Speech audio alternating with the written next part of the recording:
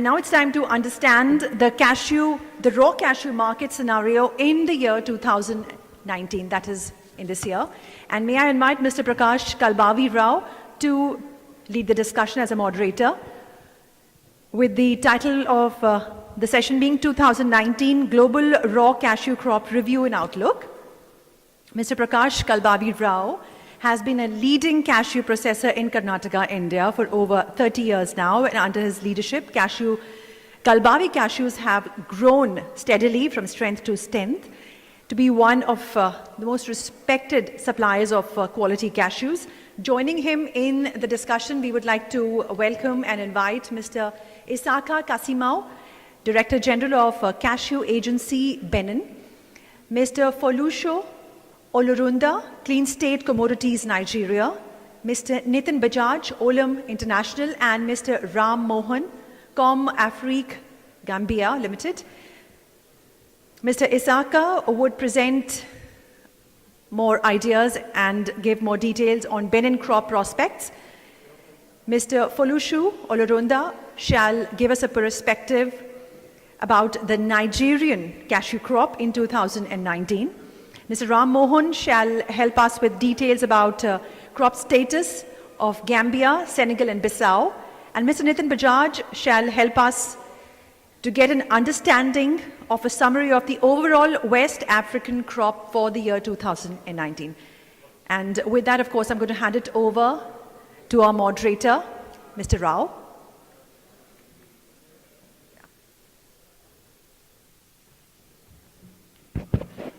Good evening. It's quite heartening to see we still have so many delegates here in this hall. I know you had a long day, but let me assure you we'll get the best out of this panel, and we will look at the raw cashew prospects for 2019. So, right through this conference from yesterday's inauguration, we saw a large dark cloud on 2018. Everyone is talking about the gloomy days ahead. Everyone is confused. I think this is a session where probably we should take some cues on what is 2019 crop prospects and how we should look at this and whether we can convert this negativity to positivity. So I would like to, in my opening remarks, take a few slides and probably try to introduce this session to all of you.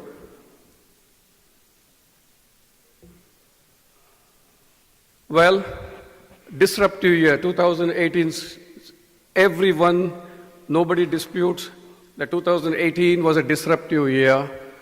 It was disruptive not just because of the price crash that we saw, it was disruptive because we saw the changes in the pattern in the cashew canvas. We will go into that. I think many of those changing patterns have been discussed. For 6 years in a row, I think just now in the previous session we saw Longson showing us how the cashew markets have been on the rise for the last 5 to 6 years. For 6 years, it has been only on the up. And last year, 2018, we saw that break that pattern, and from $850, it went to $2,300 in 2018. And then we saw the steep crash starting in the mid-West Africa season. And the pattern has changed because I'm saying East comes to West. East Africa is strategically giving us the seeds in the month of September, October, November. That's the time when there is hardly any seeds available to any processor. But this year, it has now moved to the West African season because the price bands were not acceptable to the farmers in East Africa. And now, probably we will see these cashews come to us in the West Africa season. And also, yes, for the first time, we are seeing 90% of the East Africa is unsold. This has never happened in the past. In management, they say it's time and placement. East Africa has the best possible, it is to get the best possible price because of the strategically placed season, which was September, October, November. And that's the time when there is no other seeds available in the world, and that's the reason why East African farmers probably got the best possible price. But this year, due to this crash, The government has decided that they must put a minimum support price, and that's the reason why the cargoes have remained unsold. I think all of us collectively have this responsibility to ensure we break this deadlock and we ensure that East Africa cargo too flows to the season. Well, what led to the big demand for the raw cashews? Large-scale mechanization and automation that we see led by Vietnam and India. Processing capacities, almost all the factories have been able to increase their processing capacities by 30-40%. I would say processing capacity has probably gone up 100%, but the ability to convert at parity levels is a challenge, and that's the reason why there is pressure on the seeds, and the processing capacity has certainly gone up more in Vietnam, less in India. Now, 2012 to 18, when I mentioned about the boom period in the seed price, there has been boom period as far as kernel prices too. And there has been really big expansion of land under cashew cultivation, be it West Africa, be it East Africa, be it India. We've seen the crops grow in big numbers in the last 4 or 5 years, particularly in Ivory Coast, in Guinea-Bissau, in Tanzania, and we will review all those through our panelists here today to see where we really stand. Well, competition has always been advantageous to the farmer because whatever benefits were there accrued were passed on to the farmer, and that's the reason why we've seen the rise in the crop production, as I mentioned. Mechanization, in fact, in the first phase, the production went up, and because of that demand, the processing cost, with mechanization, the processing cost came down, and that was passed on to the farmer. In the second phase, most of the processors were able to bring down their broken percentages and realize better, and even that benefit was passed on to the farmer. So farmers' income tripled in the last 6 years. As I mentioned, $850 to $2,400.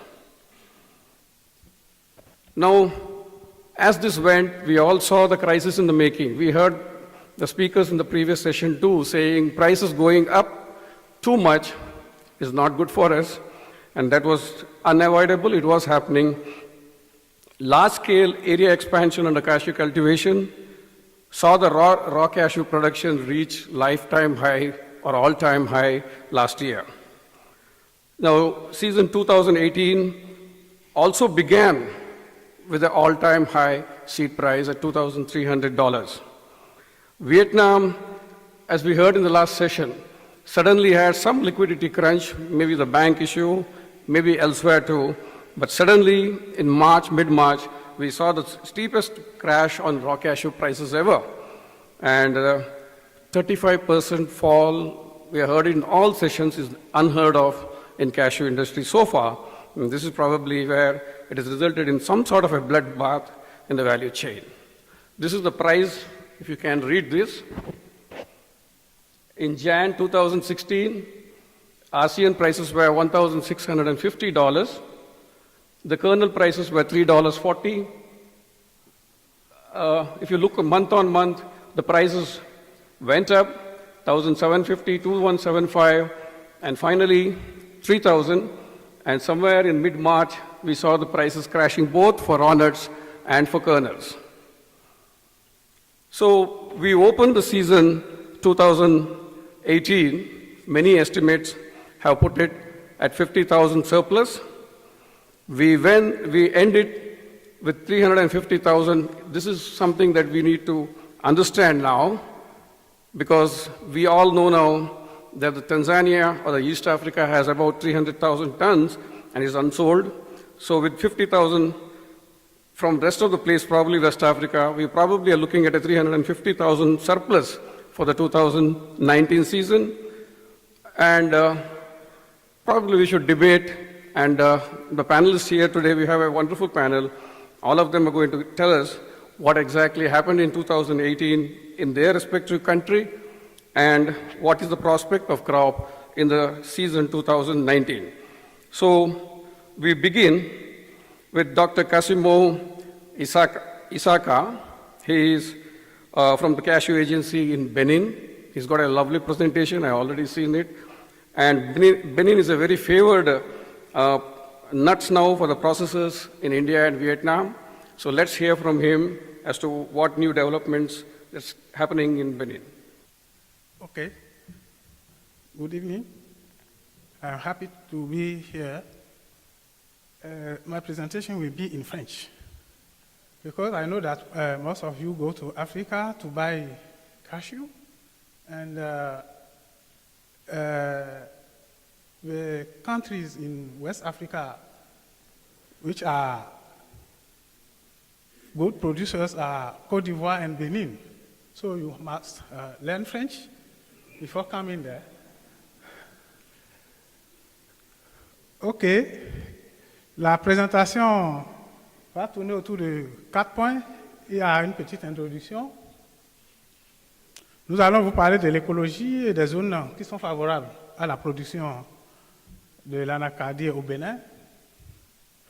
On va aussi voir la production de noix brutes sur un certain nombre d'années.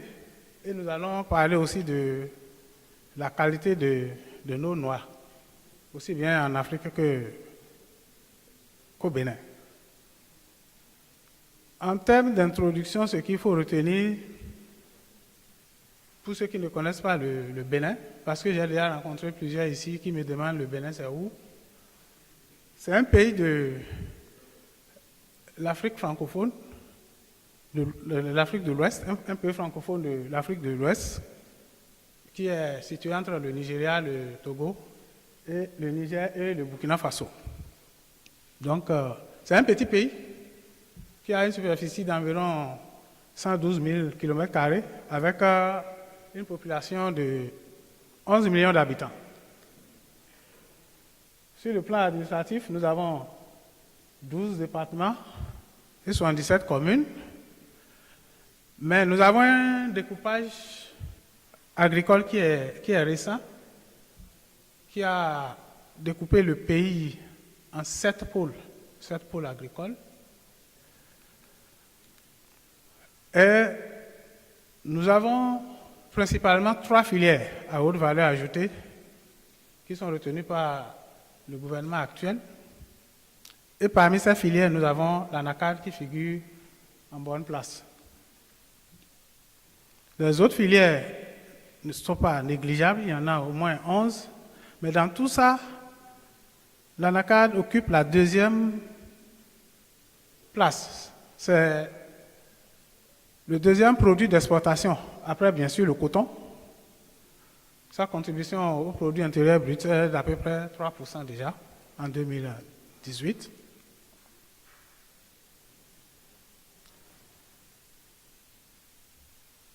Jusqu'en 2018, nous pouvons estimer les superficies emblavées en anacardier à 285 000 hectares.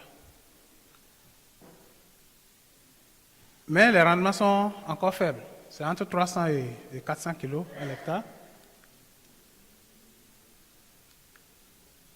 Les zones et aires favorables pour la production d'anacardier au Bénin couvrent environ 9 millions d'hectares. Et on peut déjà les visualiser. Je vais laisser les aspects qui sont liés aux conditions climatiques qui nous montrent comment le Bénin répond favorablement à ces conditions qui fait du Bénin une zone de production d'anacardier. Quand vous regardez sur la carte, nous avons à notre extrémité droite en haut les zones qui sont peu favorables à la production et à l'extrémité gauche en haut les zones qui sont favorables. La partie qui est colorée en vert, c'est la zone qui est très favorable pour la production. Et c'est au niveau de cette zone que nous avons l'agence de développement agricole, le pôle 4, dont j'ai la charge. Et j'avais dit tantôt que nous avons 77 communes au Bénin. Nous avons 42 communes dans lesquelles la production d'anacarde se fait. Et c'est dans ces 42, parmi ces 42 communes que nous avons la partie qui est en vert, où la production est très très favorable.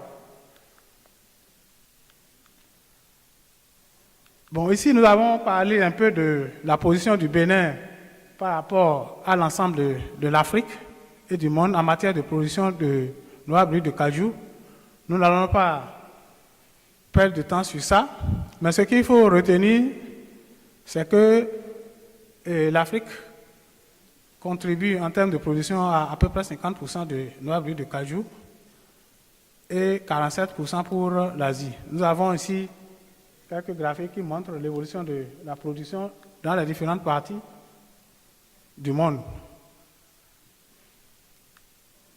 Quand on regarde le graphique qui est là, on voit bien sûr que le Bénin, quand bien même il est un petit pays, mais en termes de contribution à la production de noix brutes de cajou en Afrique, occupe la 4e place.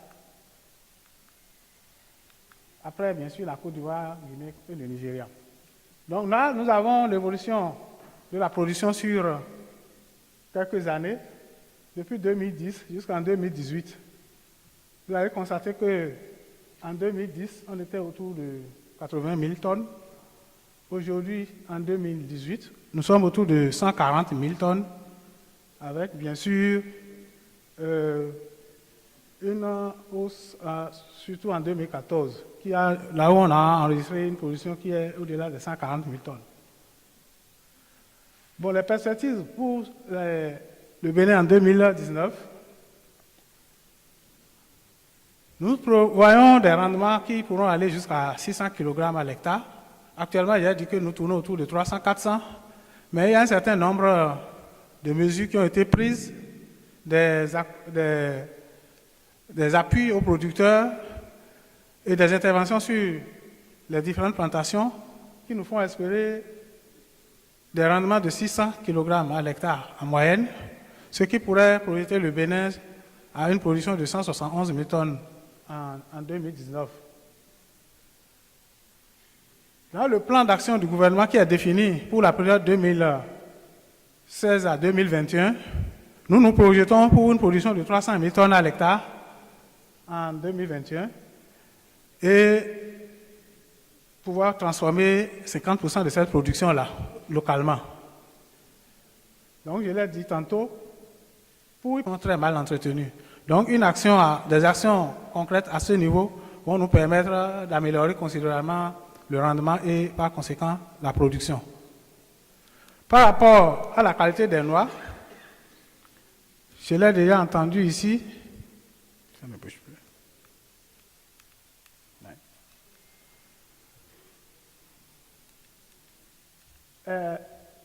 Au niveau du Bénin, nous avons des noix de bonne qualité.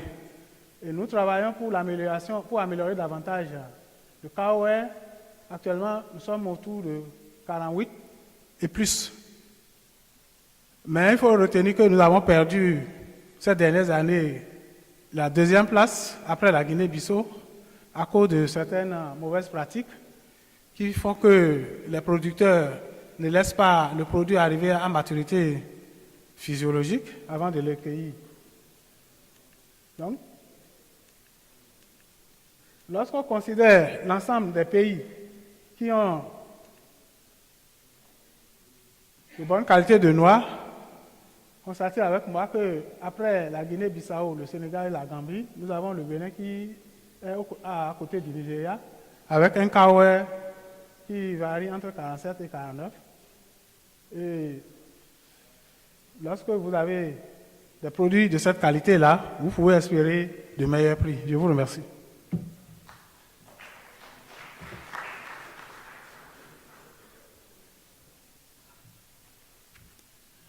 Thank you, Casimo. I think for many of us who could not follow French, we will get more out of interaction from him. Everything, I'm sure one thing that everybody followed is he said, by 2021, they will take their crop to 300,000. They will double their crop from the current. So let's find out how are they going to do that in the discussion, panel discussions. Well, next is, we have Mr. Fulosho Olorando, who is he's a clean slate commodities, Nigeria. It's a very important origin for all of us. One thing about Nigeria is that they put the crop size at 150,000 last season, but majority of the crop is somehow not suitable for mechanical processing. So what exactly are they going to do about it? We will have that discussions a little later, but first let's hear him out in his presentation. Over to you, Mr. Olrantu. Thank you.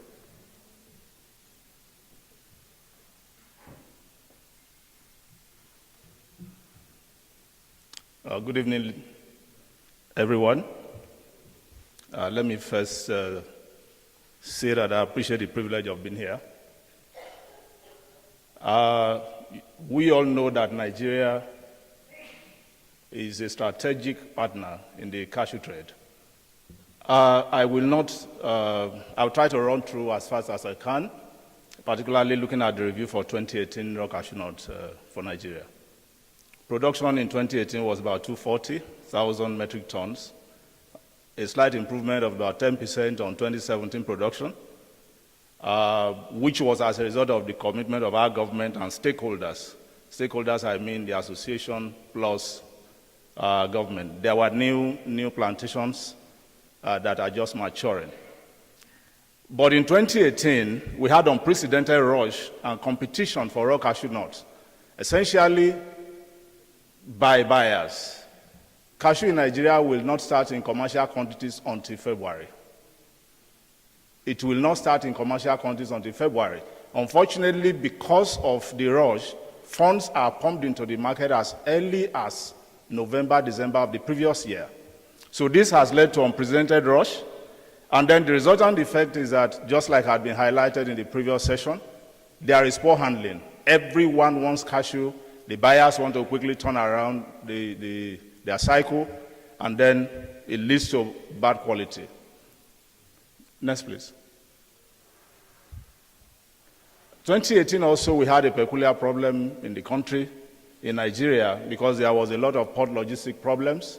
We loaded goods from the different warehouses, and these goods did not arrive at the port until much later, far beyond the projected time. And that also affected the Nigerian 2018 RCN season. Then the value chain was distorted also by buyers, particularly exporters, mostly, with all due respect, mostly by foreign buyers, such that the value chain, there was actually nothing like value chain anymore in Nigeria, because the exporter, foreign exporter, is at every point of the value chain. And therefore, there was absolute distortion of that chain. Then prices became so high, as expected, when there are too many people rushing for not so much quantity of goods, prices will go up. Yes, please. Then we had the problem of pilferage arising from the delay between the warehouses and the ports. And also, this pilferage led to some tampering with some of the containers. And the totality of all of this put together is what affected the Nigerian raw cashew nut quality. Pre-2018, the quality was beautiful. For the last 3 years before 2018, you will all agree with me, for those who are active players in the Nigerian market, that there was a continuous, successive, and consistent improvement on the quality of cashew nuts from Nigeria. 2018 was just a one-off. Now looking at 2019, so that we don't make the same mistakes of the previous season, the weather has been favorable, temperature has been good, the harmattan was not unduly harsh, so flowering and fruiting has been preserved. So we expect that, save and except for farmers' apathy arising from maybe the dip in prices, the projected output for Nigeria should be about 270,000 metric tons for the RCN season 2019. Quality is expected to be at about 48 lbs on the average. At the beginning of the season, even last year and the previous seasons, 3-4 seasons before 2018, initial output LBS from Nigeria hovers around 50-52. But on the average, we don't expect that it should be less than 48 LBS. Crop harvest begins, but not in commercial quantities, like I said earlier, but by February, we expect that in commercial quantities, output should be coming out. I'd like to say this, that there is a lot of apprehension that Nigeria, 2019 for Nigeria is an election year, and therefore there is apprehension in the trade that maybe it's going to disrupt the season. If we take a cue from what had happened in the past, we can safely say that there shouldn't be any distortion. The elections will come in February, presidential election on the 16th, and on the 2nd of March, the state elections. But we expect that everything will go normally. It has always been so, and we don't expect that it will change this time around. So I like to say that those apprehensions being expressed here and there is maybe misplaced. Then there is a lot of efforts going on to fix the logistic problems as it relates to the ports. The access roads are being tackled. At the highest level, at the presidency, there have been visits to that road to ensure that we have something much, the business is not unnecessarily delayed like it happened last year. The government is putting a lot of emphasis on the ease of doing business in Nigeria, and we expect that the government will play true to its word, and that those logistic problems of gridlock to the ports will be eased. The alternative ports are also being opened up. Some of us who are active players will understand that other ports now, apart from the Lagos ports, are being used. And so where there are exceptional issues with the Lagos ports, well, we have alternatives that can make us to meet our commitments in terms of the trade for 2019. Then there is a lot of synergy between the government and the stakeholders, particularly the cashew housing of Nigeria, and we expect that those synergies will yield some very positive results within the season. So we expect that the problems of last season in terms of logistics should be drastically reduced. I'm not saying it can be completely eliminated or eradicated, but there should be some considerable improvement in terms of logistics. Expectation as to price, well, the way everyone is aware in other regions, Nigerians are also aware that there is a challenge in the cashew trade, and therefore there is a cautious optimism as regards prices. Right now, that kind of aggressiveness that we saw in the previous season is not there. Some of our friends who are seated in this hall and those who are not here, who were funding aggressively even when cashew was not available, I think some of us have learned our lessons, and therefore there is some sanity right now. So the farmers are not expecting anything wonderful. As a matter of fact, the farmers cannot get a price in Nigeria outside of what happens internationally. So farmers and stakeholders expect that the fundamentals and dynamics of the market will dictate what the price will be. We are just hoping that it will get clearer, but right now Nigerian traders are being cautious in terms of their expectations for price. Now, I'd like to say this, what I have captioned changing the narrative. Sustained efforts on RCN handling over the years has impacted greatly and positively. Like I said earlier, Nigerian cashew had consistent improvement in terms of handling. In those days, we used to have polythene PP bags being used. That stopped over some years ago, and quality had improved, save for 2018. So I also want to say that cashew from Nigeria compares so favorably with other origins.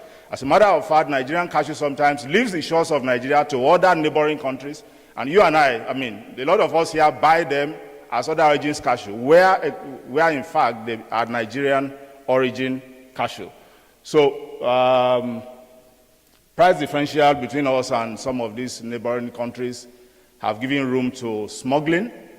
So I expect that the international market should be aware that Nigerian cashew may not attract the most of the premium, but it's not, there is a stereotype that is bad. That narrative is wrong. Then encroachment by exporters, particularly foreign buyers, I cannot overemphasize this place. I just cannot. Because in a situation where we enter into the field and go to the farm gate and begin to run, I'm happy now that we are quiet in this hall because the market has actually sanitized, the market has made us all to be somehow remorseful. Because other than what happened in 2019, the aggression was such that one was thinking that cashew was gold. So, and that by the time you rush, cashew will finish, and then you won't see to buy. But I think that what happened in 2018 has put some soberness and sanity into the trade. So foreign buyers should please, we can all get cashew if only we can be patient. Cashew is there, the 270,000 tons is not running anywhere. All we need to do is take time and buy systematically. We will get the cashew. Nigerian has not gotten the capacity to process as much. So the bulk of the cashew is for you and I. There's no reason for us to rush, distort the market, and then some of us run early to bankruptcy, some even running early to our graves. So please, I'd like for us to be a little bit more cautious. And in conclusion, we expect a good RUCN season. We expect less logistic problems. We expect that, like I said, the narrative should change. Shipping lines, there is also discussion with shipping lines. Every year there is this discussion to ensure that the transit time between Lagos port and destination is shortened. Last year we were thinking we'll have between 35 and 40 days. Unfortunately, the projection was not met because of the logistic problems. But this year we expect that there should be we should be able to achieve close to projection. And stakeholders are advised to strictly operate at appropriate stations within the value chain. Thank you very much, ladies and gentlemen, for your attention.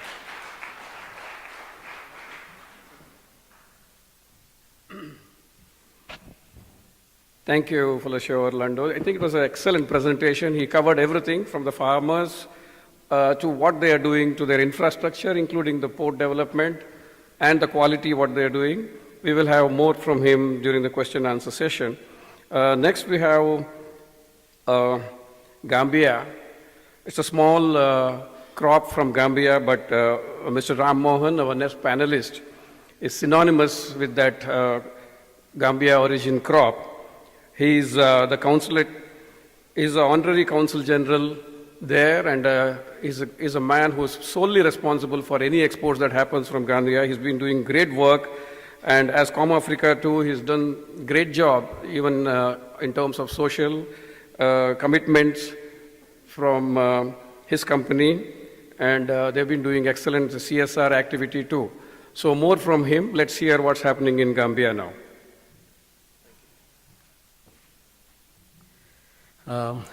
Good evening, ladies and gentlemen. I mean, I wish I had a little crystal ball here.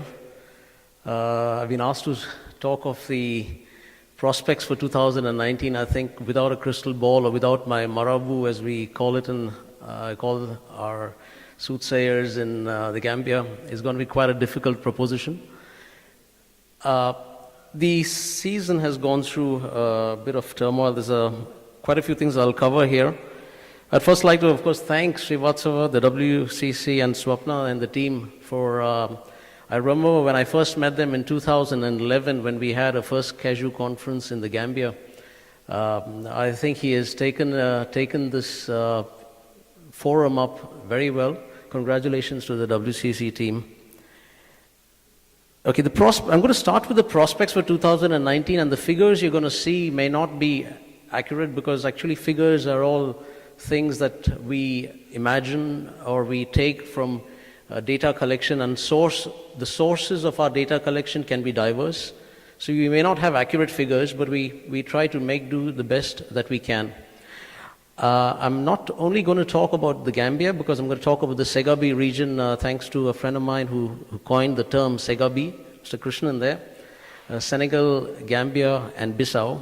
And we may soon add a Conakry to that, because there's a lot of trade that goes on between these countries. So to get an idea of what exactly happens in the region, we'll talk of Segabi, the volume of cashew grown in the whole region. It's only when you add up the three exports that you're able to get an idea of the size of the market. So right. Okay, now, okay, you can look at that one here. See, basically, what we look at is we've got, of course, the largest of our countries in our region is Guinea-Bissau, which has certain policies in this government which does not permit the export of cashew by road. But yet, there is a movement of cashew. There's been traditionally a movement of cashew through porous borders and not so porous borders as well. Gambia is a very relatively tiny crop that's growing gradually, but it's unable to determine the exact quantity because we are surrounded on all sides by Senegal, which has a slightly larger production. And through these porous, not so porous borders, cashew moves towards Gambia. So the export from Gambia traditionally was a slightly larger figure. You'll notice that we have traditionally exported much more. Now, what you see on the screen here is what we are trying to say. These are the prospects that we're going to see based on an average growth over the last few years. So looking into my crystal ball, I say we probably have about 240,000 tons of cashew in the Segabe region, out of which possibly about 230,000 tons may be exported. The rest will either disappear in a weight loss that we all know so well, or in poor quality, or some of it may move to Guinea Conakry.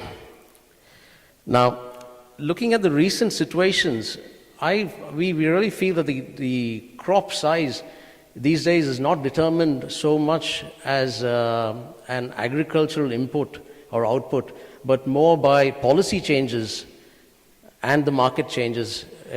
Basically, what we believe is that the cashew traded is what reflects as your production of cashew. It's not so much the cashew that's actually grown.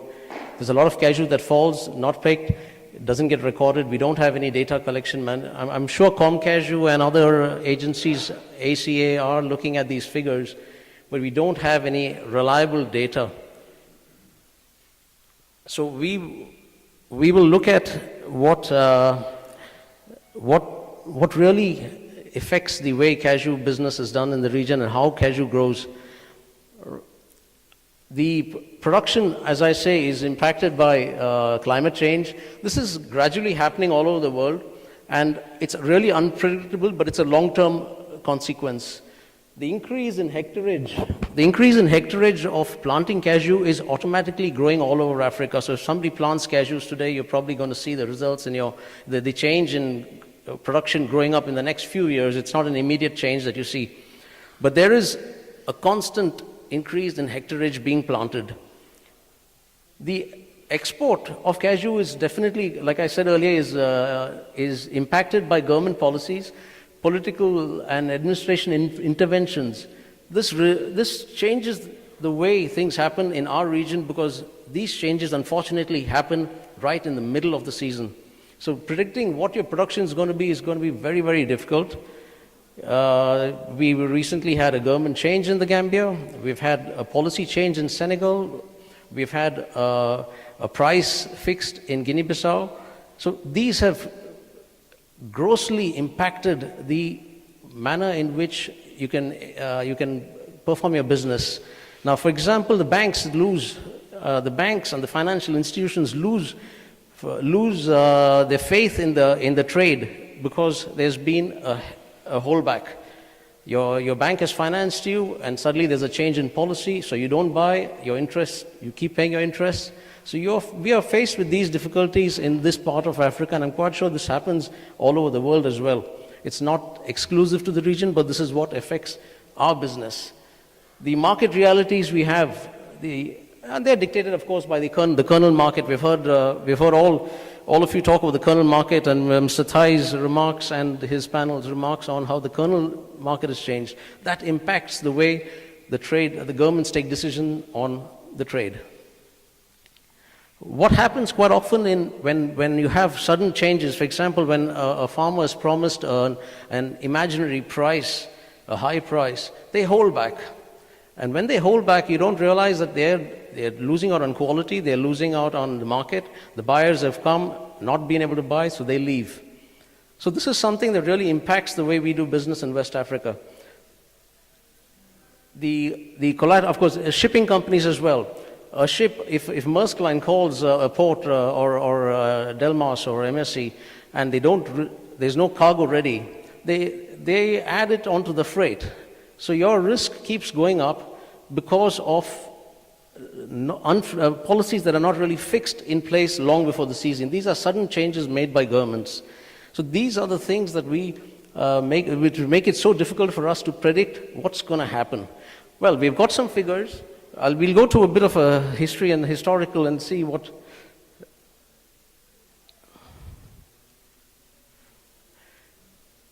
Now, if you see there, I've got some rough figures here. I guess you can't hold me to ransom for these figures. These are Comafric figures taken from various sources, and it's our impression of the market. It's not possible to give you precise figures, but this is what we believe, that the markets have grown. In 2016, the markets did grow to 2017. The production, come 2017, the prices were very high. This is a year when traders probably lost a lot more money because of a price fixing mechanism that happened in Guinea-Bissau. So a lot of the cashew moved towards the Gambia, and there was a 60,000 tons export from Gambia, whereas Senegal virtually exported only about 2,000 tons. I'm sure the Senegalese really felt cheated. Bissau Guineans felt cheated that the cargo moved, but that's the way things happen when a farmer or a trader wants to get the best price that he can. So that's, in 2017, it seems that the market, the production went down and the exports went down, but that was because there was a road blockage between Senegal and Gambia. And the crop didn't move as freely as it could. So I have figures from Conakry now to show that Conakry exported 75,000 tons in 2018 against 45,000 tons in the previous year, 2017. So cargo is moving between countries. When governments set up policies, suddenly it affects the way the trade's done.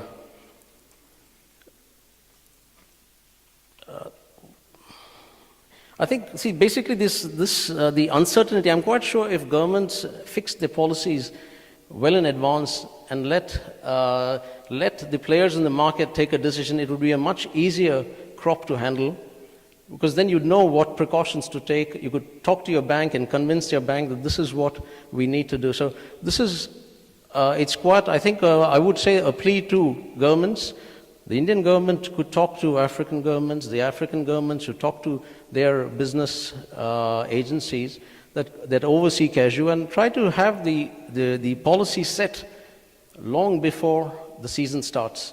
Mid-season policy changing affects all of us in ways that are far more serious. I mean, we've had people going out of business, bankruptcy, unfortunately people committing suicide because they can't meet their commitments to their banks. So I think it's very important that we as a body get together and convince governments to talk between themselves so that policy fixing on crops like this, which affect the lives of farmers as well, but affects the lives of the people who make the farmers have a market for their produce. So that's one thing that I've come out with, which we're trying to approach governments. We constantly talk to the embassy, trying to ask them to involve themselves in the trade as well. The other thing which I wanted to mention here was something which we haven't spoken about much, is the cost of production of cashew. We all talk of the kernel price and the market moving, but somehow none of us have actually drafted out, said this is the cost of production. I mean, if you want to buy a car today, there's a cost of production. You add your transport, you add the accessories, and you add up a price, and this is your base minimum price, and then you make your profits. But what we do notice quite often in the cashew trade is that the farmer is given the highest priority when he's actually not, I'm not being cynical, or I'm being cynical, but I don't want to sound negative. I do support the farmers, and I do support the fact that they are able to get a better price. They need it, for sure. They are on the weaker sections of society. But then when governments take policies, they need to understand that there's a cost of production, and then they add up on to the price. They do it for rice, they do it for peanuts, they do it for sesame. Why not for cashew? Where you understand that it's a value chain. Each person in the chain feeds a family. So that's another thing which I would like to bring to this conference, to say let's try to work on cost of production and then add up, and then everybody has a slice of the cake. Neither should the exporter, neither should the processor have the advantage, and likewise neither should only the farmer. That's something which we try to advocate.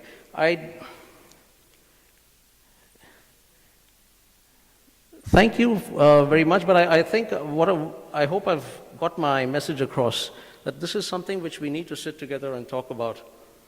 Thank you very much.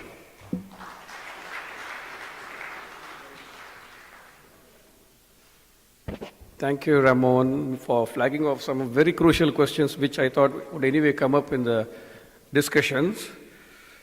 Well, the last speaker in my panel, we have Mr. Nitin Bajaj from Olam International. Olam is into processing, into marketing, into trading and everything, so he's the right man for us. He's going to give us an overview on the entire West Africa.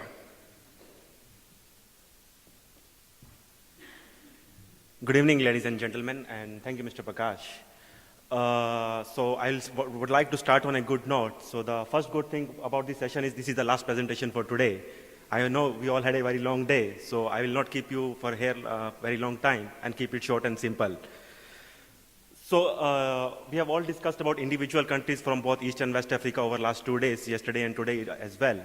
But I would like to give you a trend of the overall West African as well as overall African crop in nutshell. So these are the numbers from the Global Cashew Council, which is a body under INC, International Nut and Dried Fruit Council. So these are the estimates for 2017-18 as well as 18-19. So overall crop estimates about 3.3 million to 3.5 million in current year.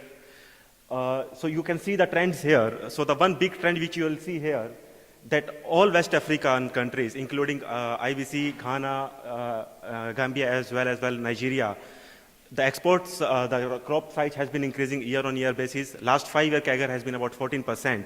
And the IBC is one country who is leading this growth across all locations. Secondly, East African crop also has been increasing drastically. So Mozambique and Tanzania have been both leading their production. And we all know that Tanzania situation, so 18-19 East African flow has been disrupted a lot. Secondly, one point Mr. Ram also mentioned just now. So there has been a lot of flow between the countries. So it is about not only about the origin of the produce and the quality of the produce or the price of the produce, it is basically about the policy of the individual country as well. So if a country is trying to put export tax or putting some other policy for the crop, it has to keep in mind that the trade will follow its natural course. So if it is going to be harmful for exporter or harmful for the farmer, they are bound to go to next place and process or ship out their goods. So this is something which is nature of the beast and simply cannot be avoided. Probably what could have been done, or they should keep in mind, whenever policy is decided, they should keep these things in mind before leading to a conclusion. And this is the common nature across whole of Africa, as we all know. So one point here which I would like to mention about is that end stocks you will see here about 120,000 on the year end of 2018. It does not include the Tanzania and Mozambique, Tanzania numbers especially here. So that is additional here, so about 250,000 more, so about 370,000. In a overall crop of about 3.5 million, if you see, this is about 10%, which is about a monthly processing for India or Vietnam, is not a very large number. But if you see the impact of that sentiment which is in the market today, it gives a very, very bearish sign. And everybody in the market is subdued because of that. And point which Mr. Walia mentioned, that the demand in US is steady, it probably would increase by 4 to 5% this year. And we have seen that raw cashew supply has been increasing continuously. So I would ponder upon this point today. Has the supply reached a point where it is increasing over the demand? Has the supply been enough now that we should be looking at supply and demand balance? Each country, we have spoken about Nigeria, Benin, and Tanzania, and Mozambique as well. Each country is talking about doubling their production or going ahead in their production, increasing the quantity. But we have to look upon the point that is it really necessary today?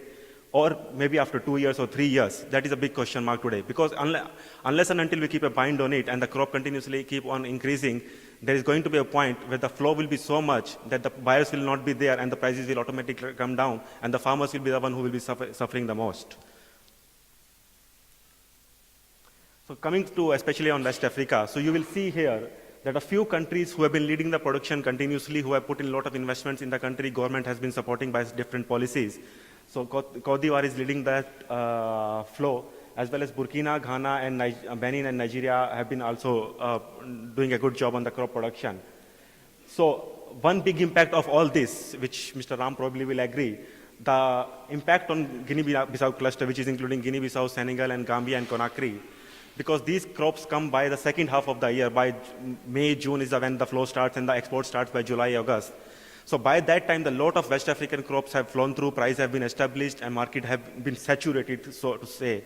So these are the places which get impacted the most. Even if the crop is good, even if the quality is good, they are impacted by the nature of the trade.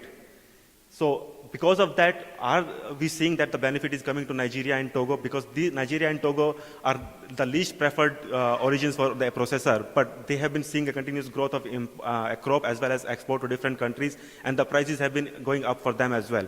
So is it something that we are seeing that on the coast of Guinea-Bissau and cluster, Nigeria and Togo are getting a benefit?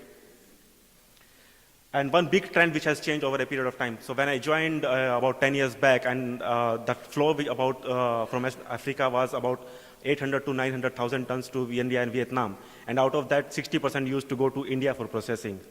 Today, the total flow from Africa to Vietnam was about 1.6 million, and India about 600 to 700,000. So India is still there where it was 10 years back in terms of processing, but Vietnam has grown almost 4 times. So this is a big change. So today Vietnam is in the position which will drive the prices, which will drive the market, which will drive the trade. So this is something which we have discussed again and again so far in last so many sessions. So the 2018 was a big learning lesson for everyone. So the prices went all-time high, and then we had a sudden fall. So huge prices drop we saw both in ASEAN and because of that in kernel as well. And that impacted a lot of supply chain, not only the processors, but as well as the traders and the end buyers as well. So again, because when the issues happen, so we start looking at where the issue is and why the basic problem is coming out. So again, the focus goes back onto the origin, that the ports are congested, because of that quality gets impacted, infrastructure is not enough, drying yards are not enough, and all that starts coming in. So this is one point which I would like to again emphasize on. So in good years, when the market is stable and everybody is making good money, farmers are making good money, and traders are also happy, that is also the time when we have to look at these factors, and not only in a year like this when the things are bad.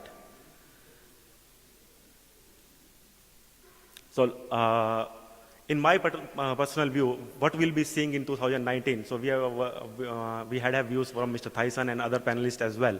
So kernel market is probably going to grow a bit, and we will see subdued market and subdued demand, but it will be a constant demand.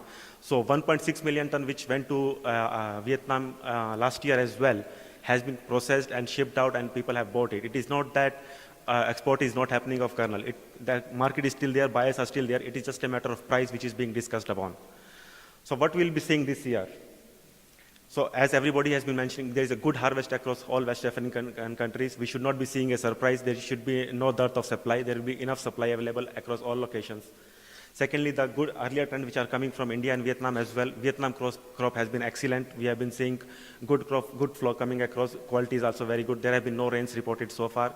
India also has been talking about good flowering, and probably good harvest should come out. So the big question today, should we consider Tanzania as a short supply, or we should consider it as a surplus? So 250,000 coming in next few months' time could probably, in my personal view, could as well as be considered as a West African flow now, along with other countries which is going to come in. So I believe the effect of Tanzania on the market has already been factored in. It is not going to change now.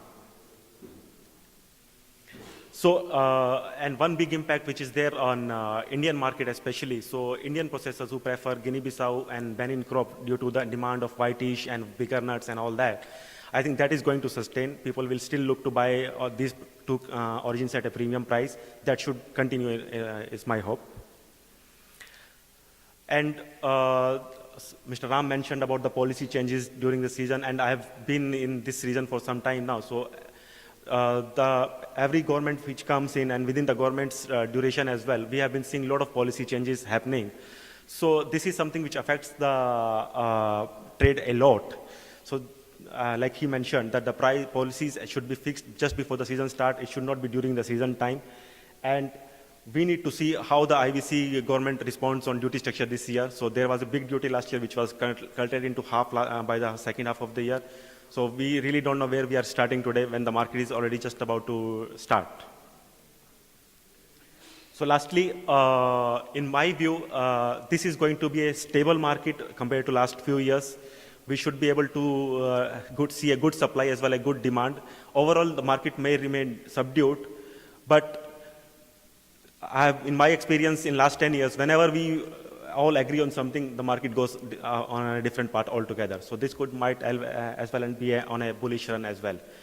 So thank you very much on that note.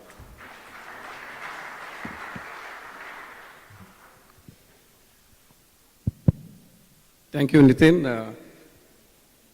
Nitin has given us very good 2 points that he has raised. I think we should straight away start off with that discussion. But before we do that, let me tell all the delegates here that there is a poll that's going on now on the crop prospects for 2019 in slido.com.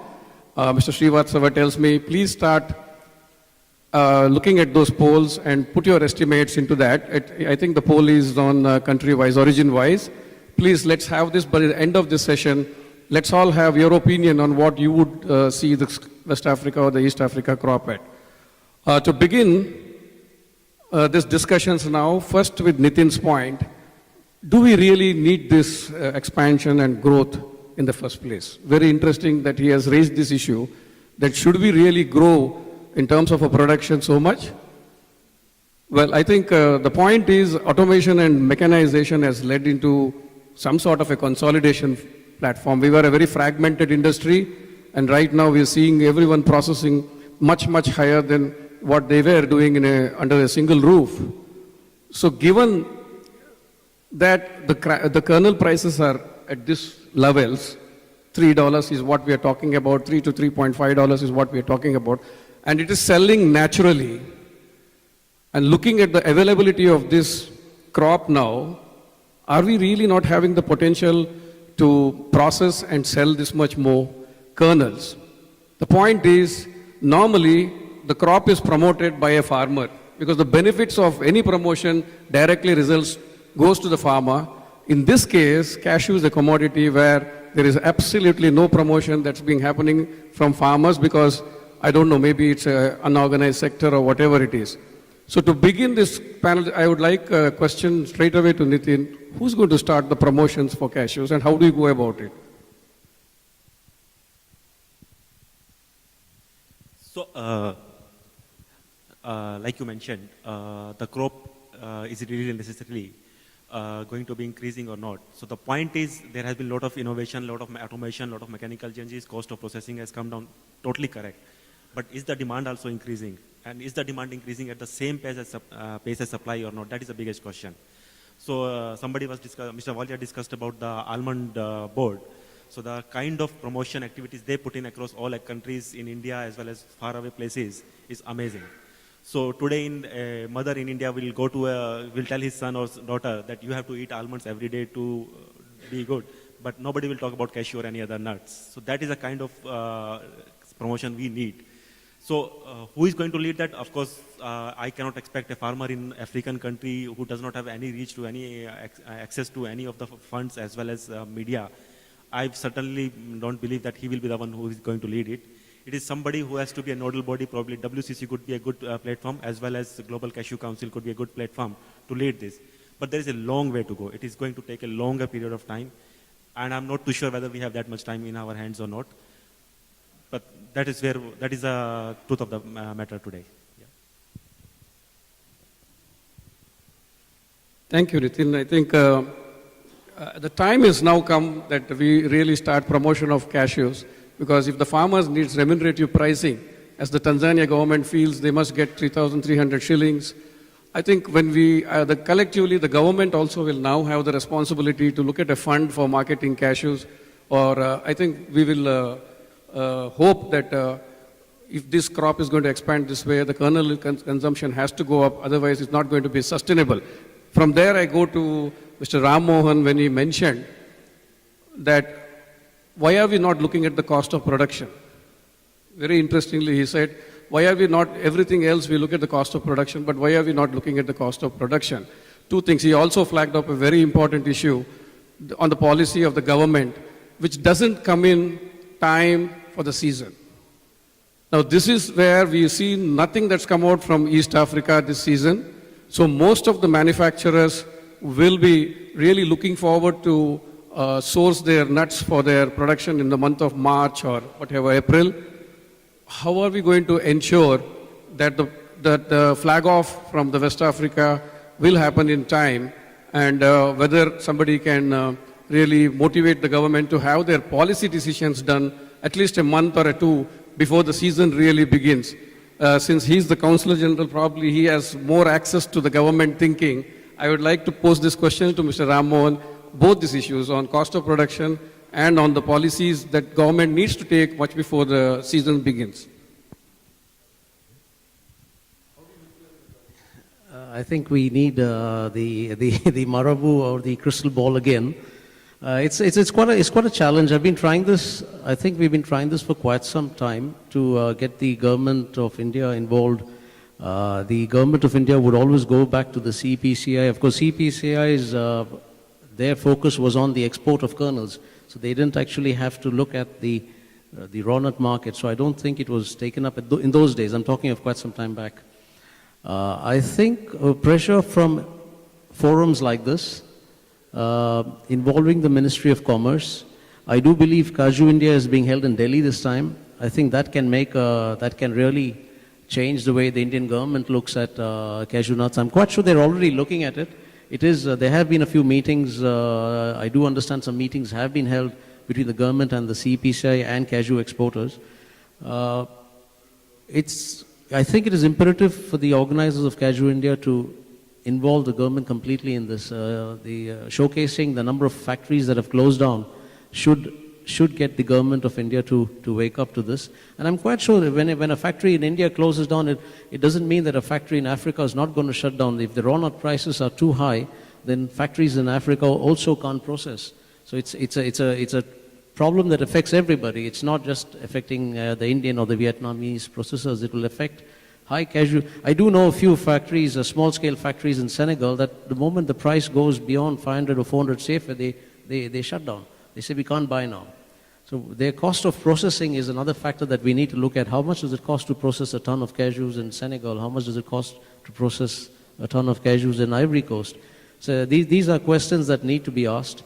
And that brings us back to the cost of production of cashew. I mean, what does cashew cost? I mean, I think I did a study 8 or 9 years ago where we looked at something like 10 to 12 the last seas, which is about 25 cents to produce a kilo of cashew. And then you add in because it's only a seasonal crop, we said, okay, the farmer must earn enough to be able to feed the family for the whole year since it's a seasonal crop, and give him time to do some additional activity. So these are various things. I'm quite sure ComCashew has done a lot of work. Rita must be somewhere around here. And they are looking at how to look at the value chain being effective for everybody in the value chain. In the Gambia, I keep telling people that each small trader is feeding a family. So the more you have a bicycle trader who brings it on a bike, and then it's in a small little motor, then goes to a smaller truck and a larger truck. But each chap who involves himself feeds a family. And I think that the cashew has the potential to be a developmental tool rather than being.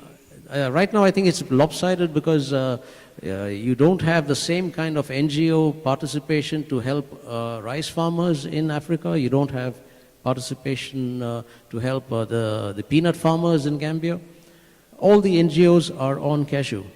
So I think, I mean, I'm not being unfair to the NGOs who participate, but there is this effect of a low-hanging fruit at times when people put money into a crop that they can get quick results out of, and so some farmers get left out. So I do believe that it's a question that I can't really answer, but I would count on these NGOs who are involved in the cashew sector to look at the cost of production and push this policy forward to the governments when they intervene in the sector. Can I have one more mic here, please? The cost of production, I think today one of the major concerns is cost of picking itself. So it may be cheaper in Africa, but more in India, whatever it is. But certainly I think that's a very relevant point, that what should be the ideal, if 7 years ago, if it was $850, $900 or $1,000, and if it's $2,000 today, I'm sure the farmer is very comfortable as far as the pricing is concerned, and that's the reason why we are seeing the growth. My next question is to Mr. Casimo Saka, yes. So you mentioned about the crop in Benin. You know, the world loves your crop for its color and its easy processability and everything. So did you mention that it's going to go up to 300,000 tons in the next 4-5 years? Ok. Je vous remercie beaucoup. Can you speak French? Ok. Je veux savoir si effectivement on veut augmenter la production au niveau du Bénin jusqu'à 3,000 or 30,000. 300 000. 300 000, yeah. Ouais, cette vision, c'est jusqu'en 2021. Ce n'est pas pour 2019. Donc, le gouvernement actuel. The government of Benin has a plan. It's a planned plan to increase. It's not yet effective, but they will introduce a plan to increase. Ils vont introduire un programme pour augmenter. There is a program already, and the objective is to go to 300,000 tons in 2021. It's not for 2019. 2020, no? Yeah. So, quelle année? 2021. 2021 to increase the production up to 300,000 tons. Actuellement, on est autour de 140-170 000 tonnes, puisque les statistiques ne sont pas à jour. Right now, they are in the range of 140 to 150,000 tons. Donc, nous travaillons pour pouvoir mettre ces statistiques à jour, parce que j'avais parlé de 300 à 400 kg à l'hectare, mais il y a des régions du pays déjà qui sont déjà à 600 kg à l'hectare. Donc, there are regions in the country where they are concentrating this, which already has a production of approximately 600 kilos per hectare. Donc, en agissant déjà sur les plantations actuelles, nous sommes sûrs d'améliorer déjà considérablement la production.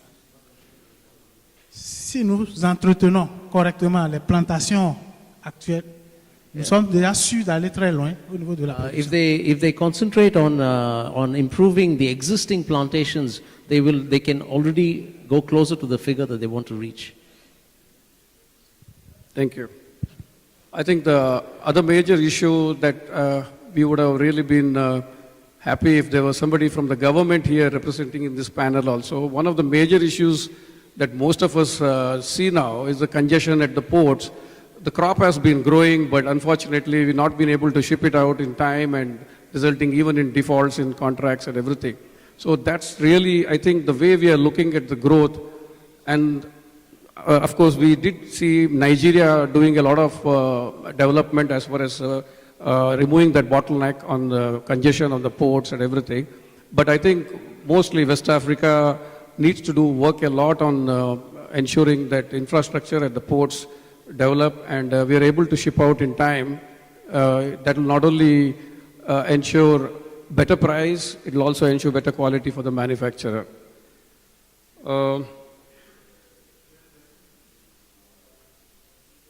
We have a lot of questions already now at this panel. We have Mr. Shashi Shekhar who wants to know what is the expected volume of processing that's happening in Africa right now. Nitin, can you answer this? Africa, he means IVC.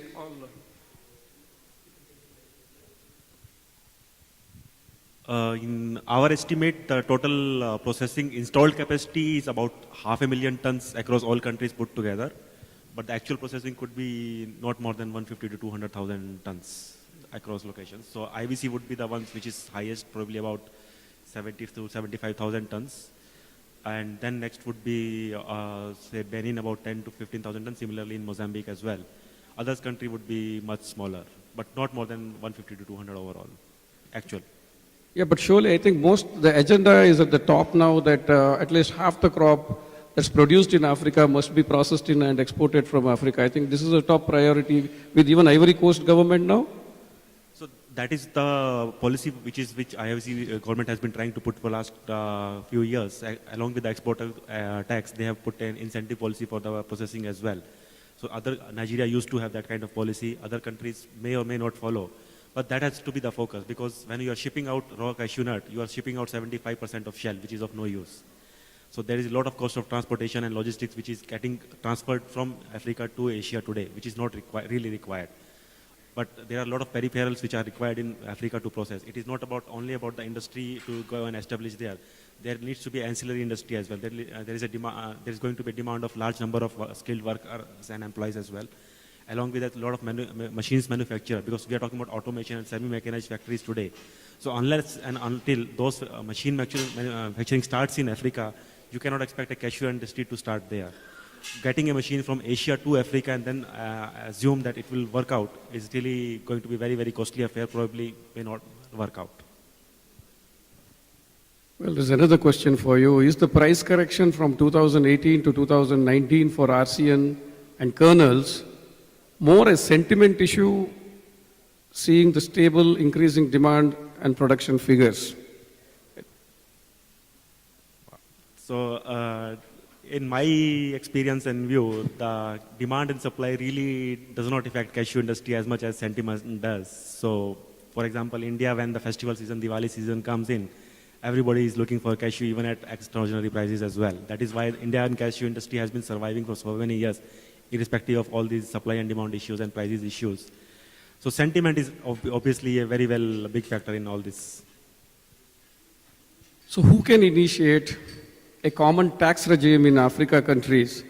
This is critical to maintain uniformity in prices, otherwise this crisis is never ending. I think it's a very good suggestion, whoever has made it anonymous. We don't have ACA representatives here, probably. Could you address, sir?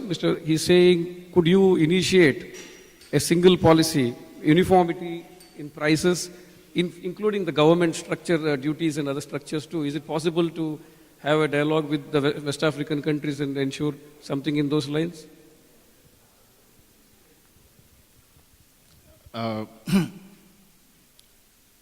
As far as uniformity of prices is concerned, I do not see how prices will work outside of what the international market will offer. Maybe Tanzania is leading by example now to say that this is a minimum price we must get. Maybe other African countries will take a cue from there, particularly looking at the cost of production for their farmers. But for tax, I also want to say that African countries right now are very much aware that one of the most effective ways of generating revenue is through taxes. So most African countries, if not all, will be putting more emphasis on generating revenue by taxes. Whether it's going to be almost at some same level, that I would not be able to say. But I can see into the future, immediate future, that there will be more emphasis on taxes across board, not just on RCN, but on virtually every commodity and trade. Thanks. Well, that's a dilemma I think every government will have. On one hand, you need to get the revenue out of this cashew and you need to increase taxes and duties. But the other hand, the farmer, it's all deducted from the farmer's income itself, because the world is going to pay at the parity, and whatever is the taxes, it's ultimately going to impact the farmer himself. So the next question we have is from Anshul. In a scenario of falling prices, is there a risk of any other country taking a similar measure like Tanzania? What could be the impact? I think he's already mentioned that right now that at least Nigeria is not going to take any initiative like Tanzania on fixing minimum price. But would you like to know, is there anything that's happening in Ivory Coast, Nitin? Because taking a cue, there are contradicting the reports here now. Some were saying probably West Africa would look at fixing a minimum price, while there is another sector who is saying they're looking at this as an opportunity to get a much better price because of the absence of Tanzania crop. So Ivory Coast has been putting this minimum price condition for last many years, and they have been successfully able to implement. So I don't see surprises there. So they will definitely put a minimum price, but should not affect the supply from there. It should be a natural cause. All right, I think basically what we were looking at is there is a minimum price already in most of the countries, but there is no issue as far as trading is concerned. It's the first time that we see Tanzania government fixing a price which is not acceptable to the market. That needs to be resolved. Well, I think Anuj has written, in Lagos, it takes about 3 weeks for containers to reach port, ex-warehouse, and there have been many cases of pilferage in long transit. What should be the solution? Sir, this is, if Mr. Ramon can, he can do this. Lagos, sorry. So this has been a major grouse for the importers in India and Vietnam, that you receive the cargo and we find, it's called the skillful pilferage. It's not just an ordinary pilferage. It's a very skillful pilferage where you take out this in the transit. So this has become a serious concern. It may even impact exports from there. So what's really on ground, what measures have been taken to ensure this is not happening? In the course of my presentation, I said that other ports, alternative ports have been opened right now. Players are taking advantage of alternative ports. The government also is trying to fix the access roads to the port. There is also massive deployment of infrastructure to encourage more of intermodal transport in and out of the ports. For intermodal transportation, I do not see how that is going to happen so much for this season. But in terms of fixing the roads, I am optimistic that in the course of the season, the access roads to the port should be fixed, and that should significantly reduce this problem of... So can we not have weighment at the ports? Most of the ports do not have these weigh bridges or what it is, we do not know. But at the end of the day, if there is a strict weighment that's enforced on the port itself, the detection is happening at that point. At least the sellers will know that there is something that is stolen from these containers. The thing is, from the experience of last year, exporters are now talking to the shipping companies and the port authorities to find a way to solve this problem. As a matter of fact, also, I'm aware that there was a letter written by the National Cashew of Nigeria to some of the authorities and the port shipping companies that weighing should be done at the port, and VGM should be given to whoever is exporting, giving the weight right at the port. Also, there are individual efforts to ensure that because at the end of the day, everything has to be done to stop this. So as an exporter, it is also expected that individually we should put in more facilities in place to ensure that what we load from the warehouses are what we deliver at the ports. So individual efforts plus association efforts and all these efforts together, I think the issue of pilferage should stop. And also there was several cases of people arrested at the federal, by the police. I'm one of those who took a lot of people to the station, and I'm aware that a lot of my colleagues also did the same. So that syndicate, the cartel that is actually involved, has been decimated, and I don't think that problem will rear its head in this season. Thanks. Well, that's good news for all of us in the trade. Time is running out. I'm getting a signal that we are now at 6:20, 6:30, well past our time. Can we take more questions? Srivatsava? Max? 5 minutes more. I think then I will move over to the poll, since we have only 5 minutes. Can we have the results of the poll, please?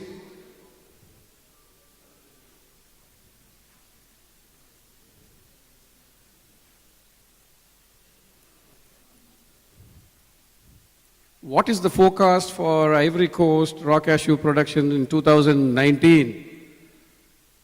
Well, 33% say it's going to be 700 to, that's a normal crop. Nothing, though we heard so much about being a higher crop this year, but it's 33% believe it's going to be 750,000 tons. 22% feel it's 775 to 800, okay? And more than 819%. So by and large, I think we are looking at a very normal crop, but it's set to be early. So probably we need to see whether it will be a little more than the normal. Next. Forecast for Nigeria, 225 to 250,000 tons. 41% believe it's going to be 250. That's again more or less the figures that you mentioned for the current year. 37% believe it's going to be less than 225, and 11% believe it's going to be between 250 to 275. The next origin, please. What's the forecast for the Benin? Well, 43% believe it's going to be the same. That's 120 to 150,000 tons, and 39% believe it's going to be a little less than last year from your data. The next origin, please. Bissau.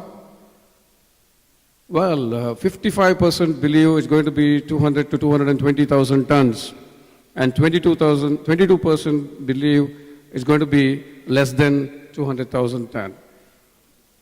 So by and large, I think everyone is expecting a normal to slightly better crop. Next origin, please. That's it?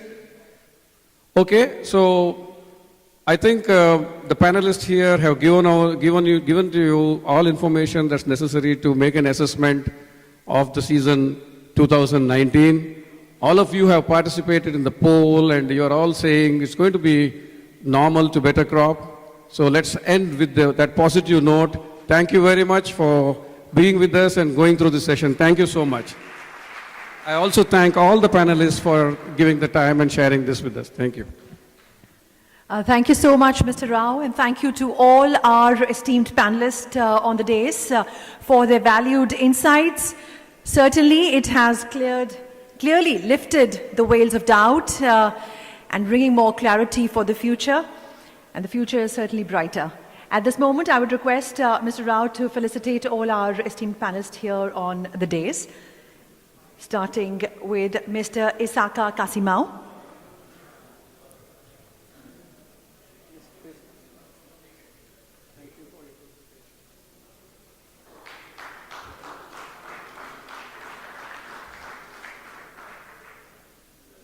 Mr. Felusho Olurunda.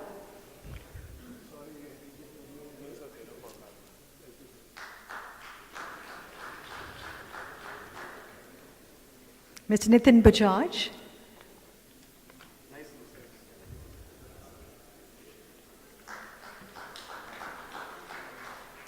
And Mr. Ram Mohan.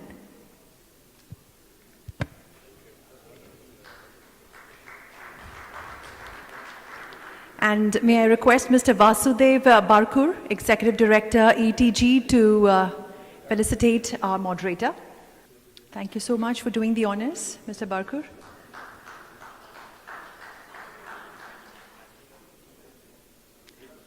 And now a quick photo session with all our panelists, including our moderator, Mr. Rao. Ladies and gentlemen, we completely understand that it has been a very, very long day, a bit taxing, and of course there has been much information and much exchange of knowledge.